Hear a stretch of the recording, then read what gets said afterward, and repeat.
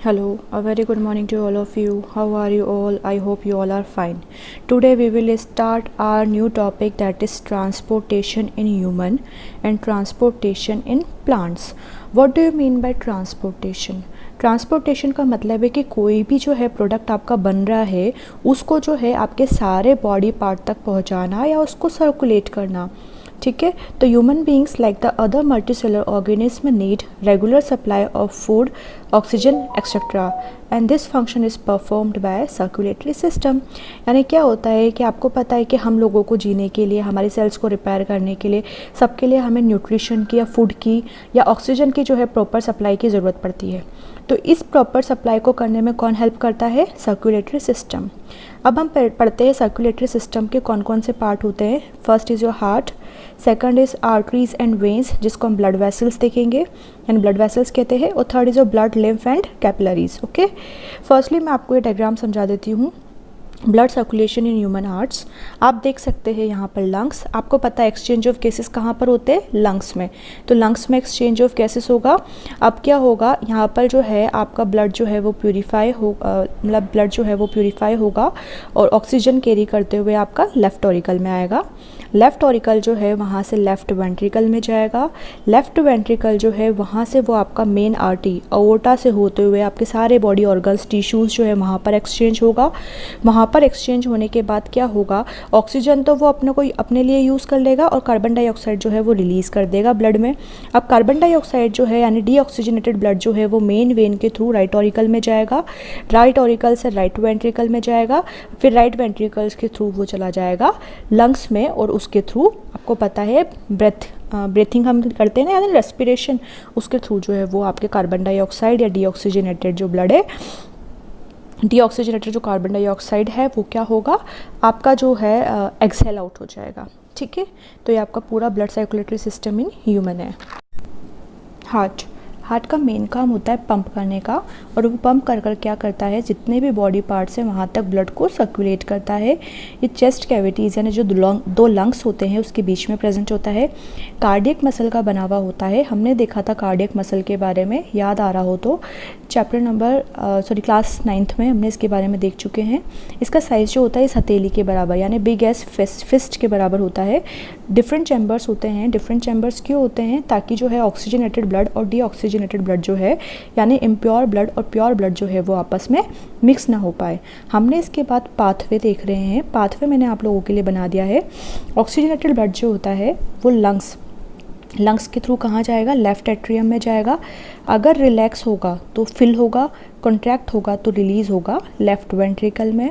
Left ventricle से आपके bodies के पास जाएगा जहाँ पर टिश्यूज़ या सेल्स जिसको उनकी ज़रूरत होगी वहाँ एक्सचेंज होगा। फिर उस बॉडी से जो है डीऑक्सीजनेटेड ब्लड जो है वो कहाँ जाएगा? राइट ऑरिकल में जाएगा। राइट ऑरिकल से right ventricle, then through lungs में जाएगा। और लंग्स में आपको मैंने बताया था कि कार्बन डाइऑक्साइड जो है वहाँ पर रेस्पिरेशन होता है, याद है ना? Alveoli is the main exchange side for CO2 and O2। तो यहाँ पर क्या होगा, CO2 जो है डीऑक्सीजनेटेड ब्लड के थ्रू लंग्स के पास जाएगा और CO2 जो है एक्सेल आउट कर देंगे। ये आप डायग्राम देख सकते हो आपके हार्ट का, जहाँ पर आप देखो ये आपका है left auricle, this one is your left ventricle. ये आपका है राइट ऑरिकल, ये आपका राइट वेंट्रिकल। सेप्टम है जिन्होंने इन दोनों चैम्बर्स को अलग रखा है। ये आपका है पल्मोनरी आर्टरी, ये आपका पल्मोनरी वेन और ये अओर्टा। ठीक है, एम्फीबियंस जो होते हैं वो उनके अंदर 3 चैम्बर्ड हार्ट्स हैं। फिशेस में 2 चैम्बर्ड एंड ह्यूमंस में 4 चैम्बर्ड। डबल सर्कुलेशन का सिंपल मतलब है double means twice, 2 times, and circulation means to circulate, यानी वहाँ पर जो है आपके हार्ट तक जब एक कंप्लीट साइकिल करने के लिए 2 बार ब्लड ट्रेवल करता है तो उस टाइप के सर्कुलेशन को हम बोलते हैं डबल सर्कुलेशन। आप देख सकते हो इस डायग्राम में यहाँ पर 2 बार सर्कुलेट हो रहा है। एक बार जो है आपका लंग्स से ब्लड आ रहा है और एक बार आपका इम्प्योर ब्लड वापस से हार्ट में जा रहा है, यानी एक बार लंग्स से आया प्योर ब्लड और एक बार हार्ट से आया बॉडी पार्ट से आया इम्प्योर ब्लड, यानी 2 टाइम्स जो है आपके हार्ट में आया है। That's why we call it double circulation. Okay, next is your pulmonary circulation. Pulmonary circulation जो होता है इसके अंदर blood moves from the heart to the lungs and back to the heart. इसमें जो है ब्लड जो है हार्ट से लंग के पास जाता है और वापस से क्या करता है, हार्ट में आ जाता है, यानी बॉडी ऑर्गन तक नहीं जाता है। तो इस टाइप के सर्कुलेशन को हम बोलते हैं पल्मोनरी सर्कुलेशन। सिस्टमैटिक सर्कुलेशन जो होता है इसके अंदर ब्लड जो है वो हार्ट से पूरी बॉडी के पास जाता है और फिर वापस से पूरी बॉडी जो है वहाँ से कलेक्ट करके वापस से हार्ट के पास आता है।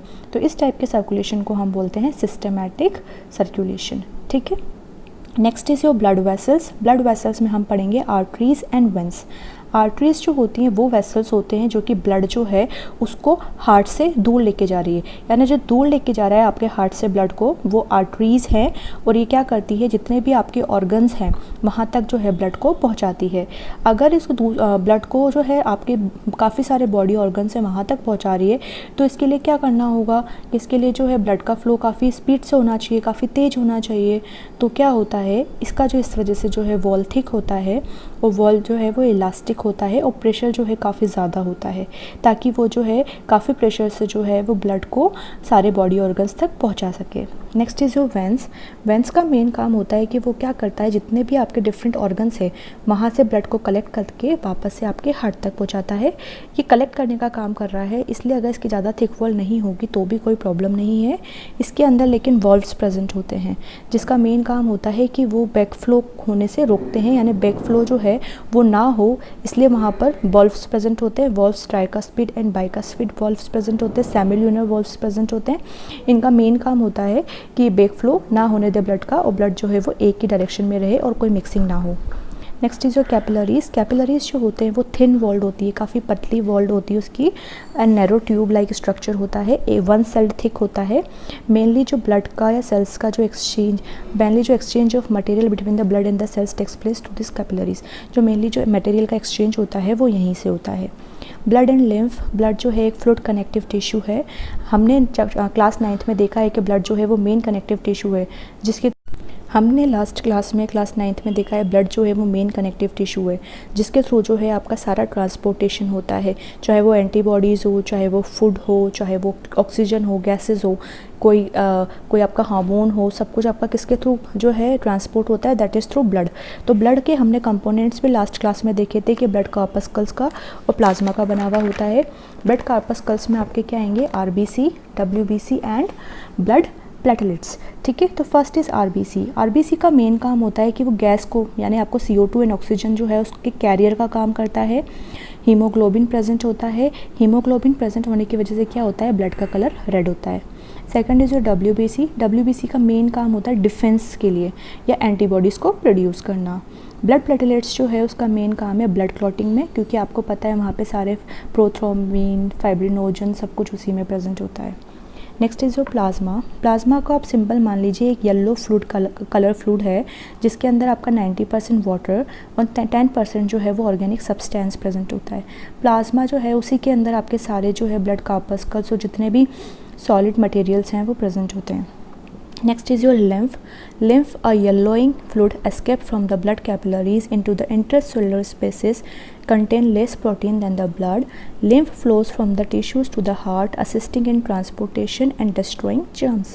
एक येलो फ्लूइड जो कि आपको पता है कि कैपिलरीज जो है वहाँ से जो है लीक हो जाता है या एस्केप हो जाता है और जो स्पेसेस प्रेजेंट होते हैं वहाँ पर जाकर जो है वहाँ पर फिल हो जाता है। इसके अंदर जो है लेस प्रोटीन प्रेजेंट होता है। इसका मेन काम सिंपल सा होता है कि जर्म्स को डिस्ट्रॉय करना। ठीक है, next is your transportation in plants. हम हमेशा देखते हैं कि प्लांट्स में मेन दो तरह से ही ट्रांसपोर्टेशन होता है, through xylem and through phloem. Xylem जो है वो उसका मेन ट्रांसपोर्टेशन क्या करता है, वो वाटर का और मिनरल्स का, और फ्लोएम जो है उस किसका करता है, जो फूड जो प्रिपेयर करते हैं हमारे लीव्स उसको जो है डिफरेंट बॉडी पार्ट्स तक प्लांट्स के पहुँचाना। जाइलम जो है उसमें एनर्जी की नीड नहीं होती है, लेकिन फ्लोएम जो है उसमें एनर्जी को यूज़ किया जाता है in the form of ATP। Xylem जो है उसका यूनिडायरेक्शनल फ्लो होता है और फ्लोएम जो है उसका बाईडायरेक्शनल फ्लो होता है। ट्रांसपीरेशन आपका नेक्स्ट टॉपिक है। ट्रांसपीरेशन का सिंपल मतलब है loss of water as a vapour from the aerial parts of the plant, यानी ट्रांसपायर होना, यानी क्या होना कि जो वाटर है, जो एक्सेस अमाउंट में वाटर प्रेजेंट होता है प्लांट्स में, उसको वाटर वेपर जो है उसके फॉर्म में लॉस करना, उस प्रोसेस को हम बोलते हैं ट्रांसपीरेशन। फंक्शन देखते हैं इसका। Absorption and the upward movement of water and mineral by creating pull. आपको पता है कि वाटर और मिनरल्स जो है वो कैपिलरी एक्शन जो है उसके थ्रू जो है एब्जॉर्ब किए जाते हैं सॉइल से। तो क्या होता है, पुल मूवमेंट होता है, यानी वो ऊपर वाटर को क्या कर रहे हैं, खींच रहा है कैपिलरी एक्शन के थ्रू। इसलिए जो है इसका फर्स्ट चीज़ तो ये हो गया। वो भी ट्रांसपिरेशन की वजह से ही होता है कि ट्रांसपिरेशन की वजह से क्या होता है, ऊपर की साइड पुल होता है। Help in the temperature regulation in plants. इसका सेकंड काम है कि टेम्परेचर को रेगुलेट रखता है प्लांट में। अगर ज़्यादा वाटर हो जाएगा तो वो उसको ट्रांसपायर कर देगा, कम हो जाएगा तो ट्रांसपिरेशन रेट कम हो जाएगी। Next is your translocation, transport of food from the leaves to the different part of the plant. Food का ट्रांसपोर्ट होना लीव्स से जो आपके सारे पार्ट्स तक है उसको हम बोलते हैं ट्रांसलोकेशन। ओके, इसी के साथ जो है आपका ये वाला topic that is your transportation in plants and animals complete होता है। नेक्स्ट हम पढ़ेंगे excretory system. Have a nice day.